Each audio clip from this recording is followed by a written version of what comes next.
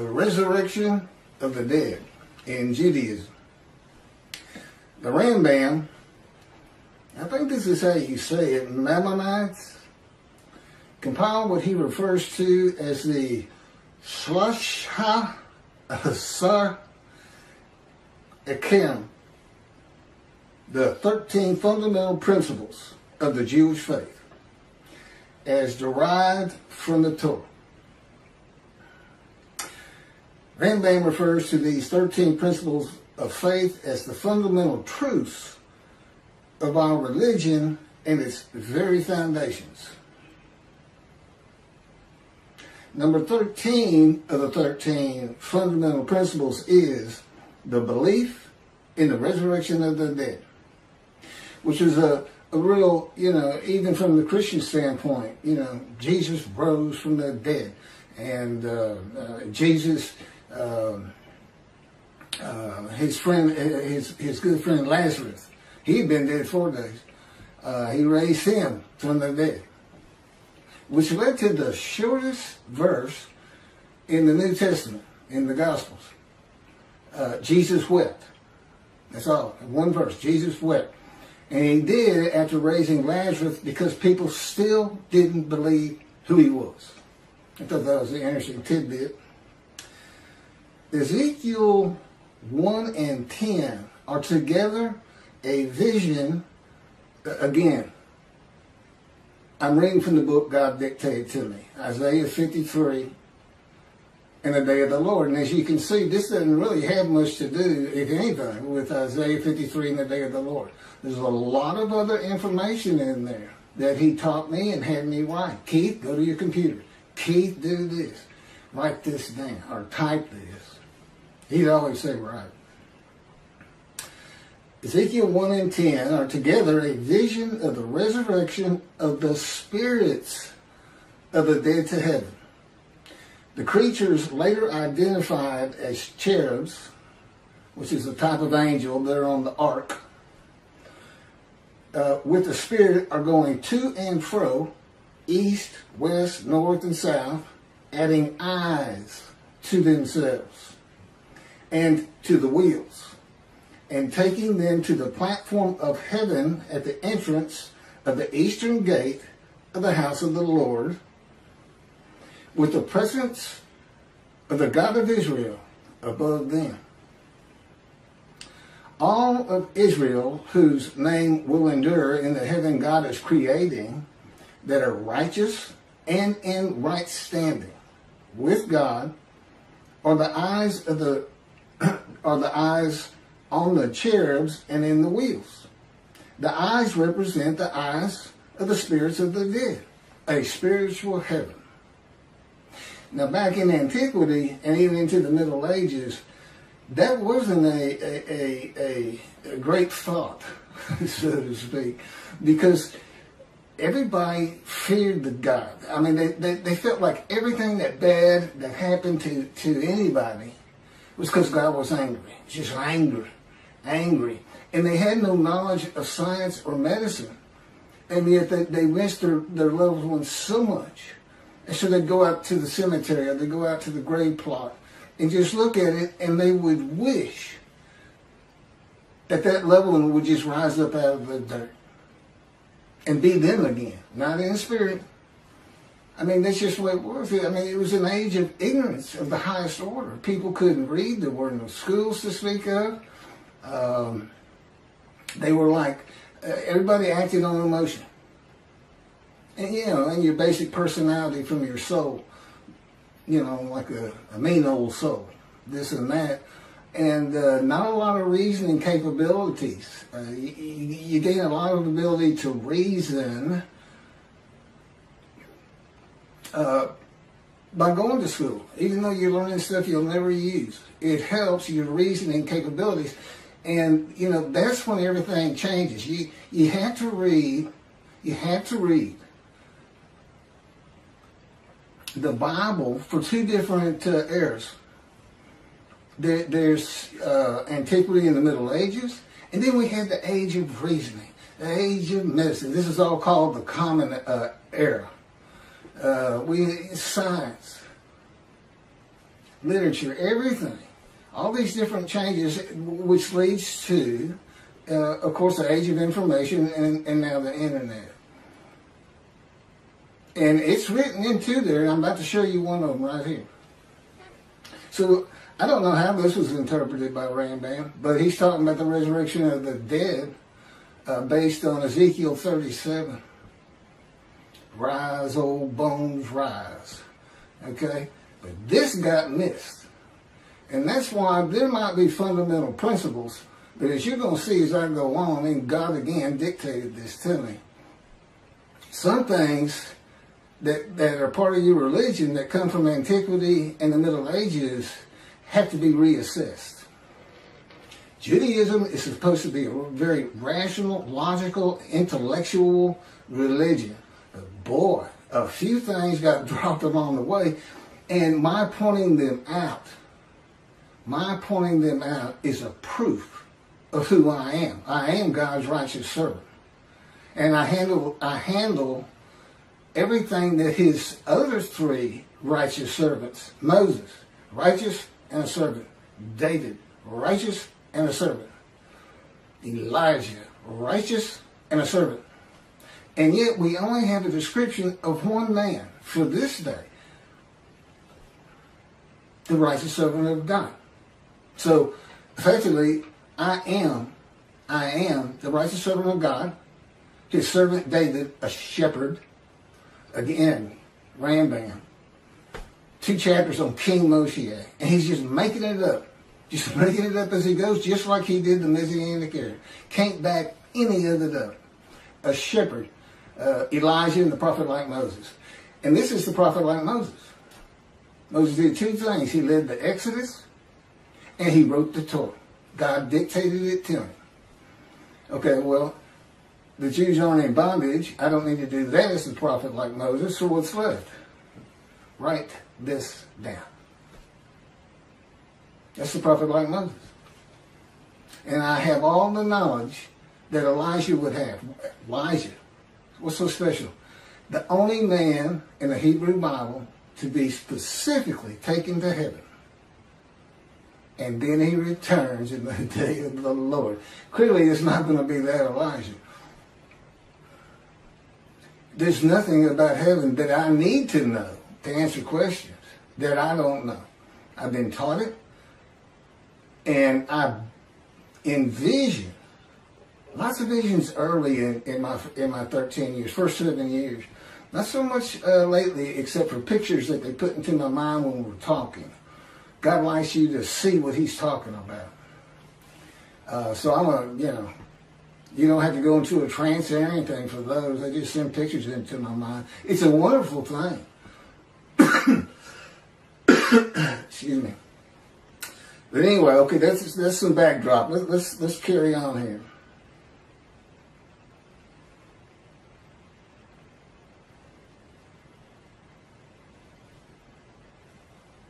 Okay, there's the eyes. Okay, a spiritual heaven. That's where I left off. And this is Isaiah 65, verse 17 through 18. For behold, I am creating a new heaven and a new earth. The former things shall not be remembered. And I know why that is. And how it occurs. They shall never come to mind.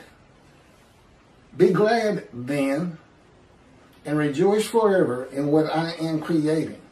For I shall create Jerusalem as a joy, and her people as a delight. And this is Isaiah 66, verse 22. For as the new heaven and the new earth, which I will make, shall endure by my will, declares the Lord, so shall your seed and your name endure. Spiritual heaven. God, what's this all about? What are you doing? I'm going to make a new earth and a new heaven. The new heaven is the spirits of the Jewish people. With the name Israel endures. Considered angels. The angels Israel is how he refers to it. That's what makes it a new heaven. A new host of angels. So, In the new earth, the same story again. You get to watch it. You get to watch it, Jewish people. You don't want to miss heaven. Now, I've been there. Generally, I can still sense my body. But I've been there in pure spirit. And but he tells me you'll feel your body, your physical form. But he's going to have another chosen. He's going to basically just run the story again. And you get to see how it really all played out from the get-go. And, of course, time means nothing to you. You don't want to miss it. And that's my proof of an Elijah. I just showed you the prophet like Moses. There's my Elijah. Can't really show you a David except for I bring the reckoning in the dismissal of the rabbis, which is on plenty of videos. God has, I am the reckoning and I am the wrath on Christianity. And how you fit the Messianic era into the wrath on Christianity, how you can say Moshe perfects the world, and yet he's got to bring the wrath of God to the Christians and the Gentiles in general. I don't know how you put it together. I mean, you cherry pick. Let's take the stuff that we really like and the stuff that sounds kind of ominous, like utter destruction, or I will hurl your glory to the ground if Elijah doesn't get done what I want him to do, clear the way, which, by the way, is building the third temple. That's what I got to get done, in case you want to know. But I got to be recognized. People got to read all this and go, well, we got to go with this. Because he couldn't possibly know this. As an atheist for 50 years, as if that matters. I mean, the greatest rabbis, Rambam, this, that, people today, Jews for Judaism, Tovia Singer saying 53 is the people Israel as one, all Jewish people as one man. None of it makes any sense. Tovia bases it on the Holocaust, that there was a guilt offering. Let's go to Leviticus. He went Christian. He's going to use the animal, sacrificial, and worship laws for a human being. And that's adding to Leviticus. You're not supposed to add to or take from anything God had written. The Christians killed one son. Tovia Singer's got him killing 6 million so that they would go back home. Yeah, that's not God. He knew you'd come back. He knew you'd get driven back. He didn't have to lift a finger. And then Michael Skoback and whoever wrote their commentary, it's another person, but I only hear Skoback talking about it. It's based on the Messianic era, where the world realizes the Jew has been right all along, a great exaltation, this and that, never going to happen. His whole commentary is based on something never going to happen. You know, where's the day of the Lord? Where's utter destruction? Where's vengeance? And where's God's representation? Where's his Moses? God's coming to, you know, clearly it's Moshe, but you better get a description. I mean, you got a description. I still can't get anybody to talk to me. Does shun, despise, and held no account ring a bell? Because God knew it was going to be like this in the beginning. Ezekiel 37 gives a vivid account of raising the dead to life into new bodies of flesh and bone. This was a common belief in the ancient age and Middle Ages. In this age of information with knowledge of science and the human body, few people believe that a human body can or will be resurrected anew by God. You cannot take, we know, but you cannot take the ashes of bones and make a new human body. You're just making stuff up. When did God do that? You ask, can God do that? You know what the answer is? No, he can't. He said, now I can create a human being where there could be a resurrection of the dead. He said, but I don't want anything to do with that. But the world as created is not set up for that type of an event. Believe it or not, God doesn't have a magic wand. But he's got the unseen and elements in it we don't understand, and the power, which, and of course I'm so familiar with it, it actually surrounds me. It's Ezekiel. They call it in Ezekiel the cords of his power. To me, it just completely surrounds every inch of my body and my head. It just surrounds me. I mean, he can move my hands wherever he wants and turn me around, twist me like a top if he wants, slam me to the ground, I've mentioned. Yeah, if you hadn't guessed it, I'm experiencing. I'm not like any other human being on this planet, but I'm still Keith. I'm still Keith. I'm a friendly person, quick to anger, but very friendly. And I've been through every stage, walk of life, man, from poverty, which he took me to, has taken me to. I haven't nothing, but which is kind of a religious thing, I think. Even Jesus hated material things, told the rich man he can't get to heaven and things like that. That's just part of it. And another thing that this fire refinement, all these punishment words, maltreatment, makes you humble. More so to him. Moses starts out this firebrand that killed a man that made him angry. And at the end of his life, it is said Moses was the most humble man on earth.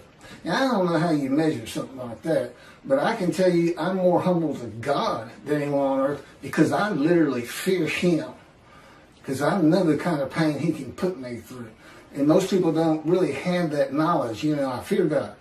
But when he'll slam your face down into the cement or to the floor in your room. And so many other things. I know people really don't want to hear all that, but it's important to understand 53. Let me carry on with this resurrection of the dead. Today, few people believe that. It's a primitive and medieval concept that was good for a time through the Middle Ages. That is why God provided visions of heaven, conforming to the beliefs and world of the Jewish people in the Middle Ages and before, and a spiritual heaven for a more enlightened time of reasoning and knowledge. Do you understand what I just said? The Bible has to be read with an understanding of antiquity in the Middle Ages and those people and who they were. And it's also written for people of this day, modern age, knowledge, information, science, medicine, reasoning. You can't just say, our sages say. Well, do you agree with it? That's the next question. You're not going to agree with the 13th principle when I get done. The burden on Israel and the practicalities of such an event of millions of people suddenly appearing in the land from the time of Abraham to today is unimaginable. You got 6 million from the Holocaust alone. Many would be illiterate and savage, and few would be trained to work in this society. This would include the Israelites for 400 years as slaves in Egypt. What are you going to do with those people? Run. God says run. That's what you're going to do. It'll scare you to death. All would have to be housed and fed and educated, illiterate and savage. It'd be a prophecy that destroys the government of the state of Israel. I don't even know if you could fit them all in. From the Israelites in Egypt to the Holocaust, since the Holocaust. Well, I know it's millions. I just wonder if you start hitting a billion. I don't know. It's a ridiculous concept. And when I sit there and I watch and I listen and I hear rabbis do this, I understand why God dismissed them. Basically, you're going to have to get all this straight. If you want to remove yourself from dismissal, rabbis, and enter the scroll of the remembrance of Malachi 3, which is what takes you to heaven, if you want to remove that, you better go read these books. It's just 2 of them. One of them is my life, the life of God's righteous servant by Isaiah 53, and that's to show how I fit the verses. That's what it's all about. And then that's the first 7 chapters. There's 14 or 15, and then God speaks to me. And from that point, it's all about Him and me. It's pretty interesting. It's a pretty interesting time. And it continues, and And I guess at the end of my life or at some point, we're going to do it again for the finale until he decides that it's time for me to die, that's how I'm going to die. He's just going to make the decision like he did with Elijah.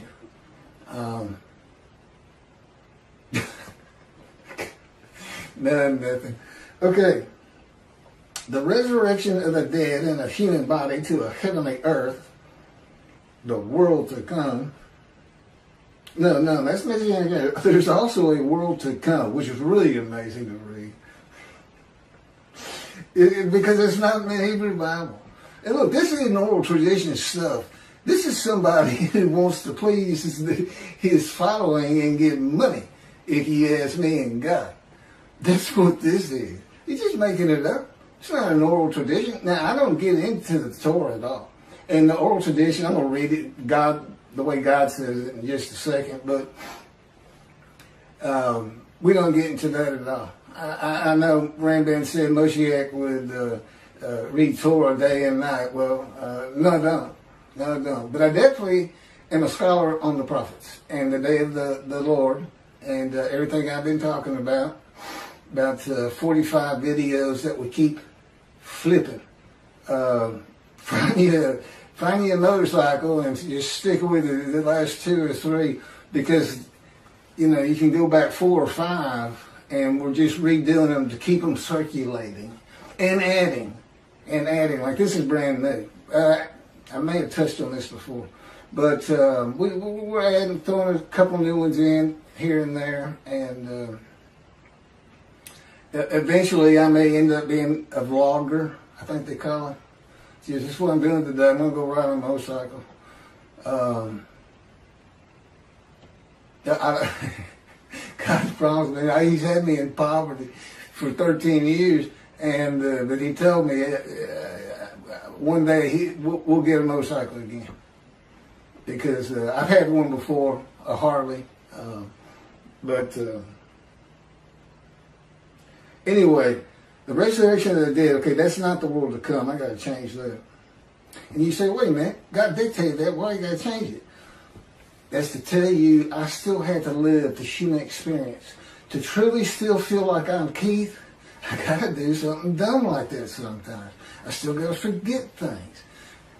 Yeah, I got to live the human experience. And of course, my response is, why? Don't want to live the human experience. God says, I decide all things, thank you.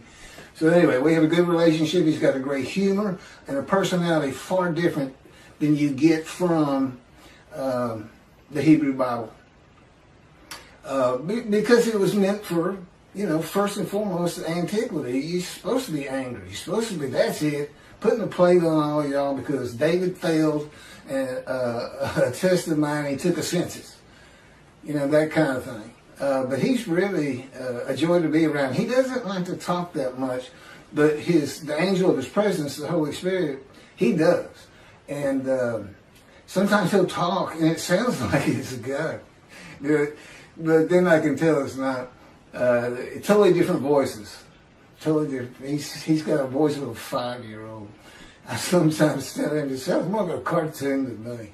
But and God just sounds like a very mature man.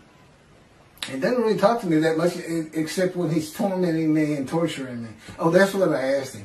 I said, I see all these words: wounded, chastised, bruised, crushed, maltreated. I said, where's torture and torment? He said, that didn't really fit.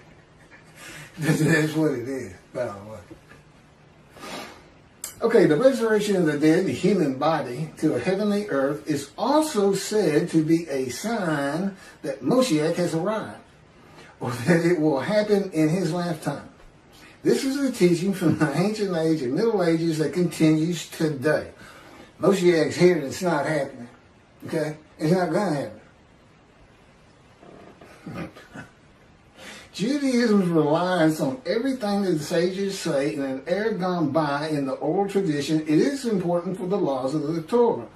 But the Talmud's stories, opinions, and commentaries outside of that have to be viewed in light of this age of reasoning and knowledge.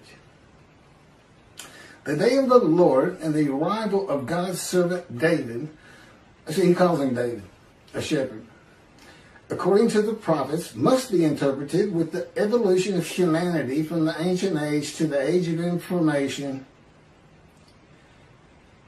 in mind, the eras in between, and in the eras to come. I'm not sure what that one means. By the way, he doesn't always explain everything to me. I'm not on the executive committee. I don't make decisions. I don't decide when I go to sleep. I don't decide what I eat. I don't decide what I get to watch on TV. I don't get to decide when we do this. It's 3:30 in the morning, and he just said, just out of nowhere, you know what? Let's do another YouTube video. I've been having computer problems, and suddenly, the problems with my computer that I've been suffering through for 2 to 3 days, brand new computer I got with my stimulus check. Guy says, go to Microsoft support. He still won't just tell me, but I found the answer. And basically it was hold the power button down for 20 seconds. He had let me suffer angst, unhappiness, sadness. What am I going to do? Do I throw this away? I know I got a warranty, but I don't even know where these people are. I got it over the internet. See, he'll let me do that. He says, and the reason is, the day is coming. The day is coming. When you're not going to feel those things anymore. You know, once I get recognized, once I'm the God's righteous servant, Moshiach, David, Elijah, prophet like Moses, being recognized, and we're bringing the vengeance and hopefully helping the rabbis remove the dismissal so that they can enjoy that fine heaven. Because there's 2 covenants here, and one of them's the covenant from Jeremiah 31 where God says, I forgive your sins, remember them no more. They become a holy seed to build the 3rd temple, just as he did for the Assyrian Babylon exiles. He forgave them. He said, it's not because you deserve it, it's for my name. But what did they do? They built the 2nd temple. That's what it's not really said specifically, but that's what happened. And forgiven again in the day of the Lord. And that's, in Jeremiah 31, see a time is coming, see a time is coming, see a time is coming. That was the time is the day of the Lord, and it's here. I got too much other information on that, but okay. Well, thank you for listening to all that, and for the rabbis, I think you should consider this fundamental principle that you got from Rambam. I mean, I don't see a fundamental principle of your faith.